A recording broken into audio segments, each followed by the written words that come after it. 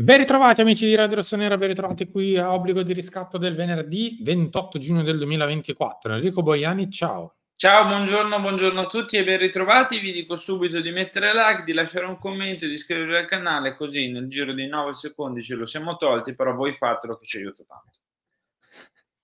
Ok, anche perché è una brutta giornata.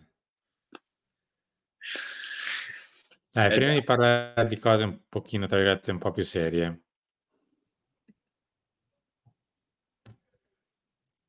me lo commenti? No.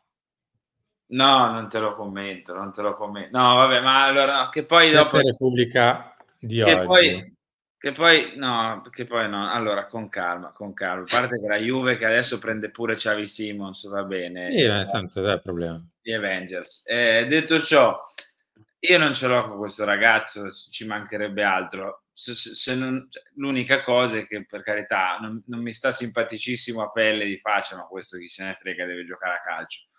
Non vorrei che poi ritorna nei commenti, come se dovesse mai arrivare, dovesse mai fare bene, che si verificasse un Pulisic bis, ok? Voglio mettere in chiaro una cosa. Io non ce l'ho con questo ragazzo, non m'ha fatto niente, gli voglio pure bene, mi auguro che vinca 12 palloni d'oro nella sua carriera, okay? Stiamo parlando di George Mikautadze. A me cioè, io critico e mi fa riflettere la scelta di andare sul nome come George Mikautadze, sia ai Vabbè, tempi. No, aspetta, perché fammela chiarire sta roba, se no poi dopo tra un anno questo arriva, fa 20 gol e tra un anno son qui i ragazzi che ci ascoltano a dirmi: Boiani come con Pulisic", eccetera. No, cioè, discretissimo giocatore. A me, io quello che diciamo verso cui punto il dito è la scelta, cioè di prendere, ai tempi era un giocatore che arrivava dal Metz in Ligue 2, eccetera, eccetera. Adesso è un giocatore che ha fatto 6 mesi all'Ajax di pena e pietà e poi è dovuto tornare al Metz per fare altri 4-5 gol. Cioè, è quello che io dico, nulla contro il giocatore, ok? È la scelta di Mikautadze, con tutto il bene, capocannoniere praticamente dell'Europeo e quant'altro. Ecco. Esauriamo questo discorso velocemente mettendo in chiaro questa cosa. Io ve la faccio a voi la domanda: sareste contenti se l'attacco del Milan fosse Leao, Pulisic, Mikautadze? Vi lascio con questa domanda. Ecco. Poi, se dovesse mai arrivare, mi auguro che faccia 55 gol e ci faccia alzare la Champions, per carità del Signore. Però il vabbè, dai. discorso è quello di mettiamolo in chiaro. È un giocatore che non c'entra nulla per giocare da solo davanti. Insomma, un conto è, quando, è la Georgia che gioca di ripartenza con lui e Kvaratskhelia, ma non c'entra niente, dai. Detto ciò, andiamo su qualcosa un pochino più concreto. Per il centrocampo mi sono fatti tanti nomi, anche quello di Rabiot ultimamente, con dei colloqui avuti con la mamma Veronica, e su questo non ci piove, nel senso che non sono campati per aria, ci sono stati. Poi che la questione vada in porto è un altro paio di maniche, però non è un nome buttato a caso, cioè tipo il Mikautadze della situazione sì, quello sì. Però il Rabiot invece dell'altra situazione no. Credo che in questo momento Rabiot non prenda una decisione, quindi lo lasciamo un attimino lì sullo sfondo. Altro suo compagno di squadra che invece è l'obiettivo numero uno, quello sì, cioè Fofana. Non pensare alla Juve, pensa alla Francia. Che è Fofana, che è veramente l'obiettivo numero uno, ma anche qui ehm, ci viene un po' contro, adesso ho detto proprio papale, l'europeo, nel senso che tanto fin quando c'è l'europeo è quasi impossibile fare qualcosa con i giocatori che sono appunto lì. Però, in buona sostanza, lui è l'obiettivo numero uno. Højbjerg aspettiamo di vedere perché è più una proposta della gente in realtà, però aspettiamo. Perché anche lui soprattutto è all'europeo, quindi Sì, in tutto ciò, però così. essendo lo stesso agente di Ciao e Salmaker, è stata un po' una proposta della gente, 2 chiacchiere con gli Spurs le abbiamo fatte pure quando si è fatto il nome di Emerson, però è un attimo più sullo sfondo. C'è, ma sullo sfondo. Il nome principale è Fofana, ma tanto so che a te piace, quindi su questo possiamo parlare.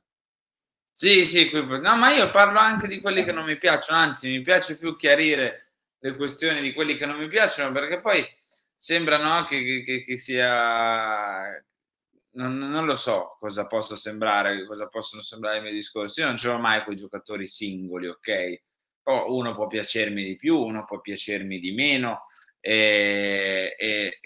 come a tutti, però io, quando facciamo delle critiche, o comunque perlomeno parlo per me, quando faccio delle critiche sul nome di mercato, non è sul nome, perché quello è un giocatore, sta facendo la sua carriera, è sulla scelta di andare su quel nome, ecco. Ecco, Fofana niente da dire, per esempio, cioè è un giocatore che secondo me può farci fare il salto di qualità a centrocampo, quelle caratteristiche ci mancano, e per l'età che ha già abbastanza esperto, già nel giro della nazionale da tanto, già giocato le coppe europee. Io, cioè, dovesse mai arrivare Fofana sarei stupito in positivo, perché mi sembra già un nome, no, che nonostante vada a scadenza l'anno prossimo, se non erro, costi già un po' di più, no, perché siamo sui 25, no, e capisco che il Milan debba comprare meno giocatori quest'anno, però investire dai 25 e oltre per un giocatore a scadenza, che andrà a scadenza, non l'abbiamo visto fare spesso, no? Quindi mi stupirebbe in positivo e sarei molto contento se arrivasse Fofana, posto che bisognerà ancora capire, come dicevo ieri, secondo me sarà importante farlo, capire come giocherà Fonseca, se giocherà 4-2-3-1 e nel 4-2-3-1 che tipo di giocatori vorrà per il ruolo del tre quarti, se giocherà invece 4-3-3 e quindi magari avrà bisogno di un altro insieme a Fofana e di Sole pure Mezzali, insomma dei ragionamenti sul centrocampo vanno fatti e andranno fatti anche in base a come giocherà il Milan. Su Rabiot vediamo invece Henry, perché le chiacchiere son state fatte, vediamo alla fine dell'Europeo, anche perché insomma la Juve la proposta l'ha fatta, ma come ci ha detto Mirko Di Natale adesso è un pochino più fredda, visto come non ha risposto Rabiot in realtà. Potrebbe inserirsi un'altra squadra della Premier, molto importante, molto rossa, tutta rossa mi verrebbe da dire, che potrebbe fare loro l'offerta per Rabiot. Vediamo se il Liverpool si mette nell'ottica di fare qualcosa, poi vediamo un po' come accadrà. Chiudiamo il discorso con questo, un doppio 9 per il Milan, Lukaku e Abraham, la coppia corsa come Zirkzee, il club ci pensa. Se Osimhen va via dal Napoli, Lukaku va a Napoli. Punto. Non credo che ci siano grosse alternative. E soprattutto, mando sta la cosa di prenderne 2, che poi non è la stessa cifra, cioè veramente sembrano i conti della serva qui, perché poi devi mettere i cartellini, gli ammortamenti, le commissioni, lo stipendio di 2 pesanti e non 1. Vabbè, lasciamo perdere, andiamo avanti. Non te la faccio neanche commentare. Vuoi commentarlo, Lukaku? No, No, mandiamolo a Napoli e siamo tutti contenti.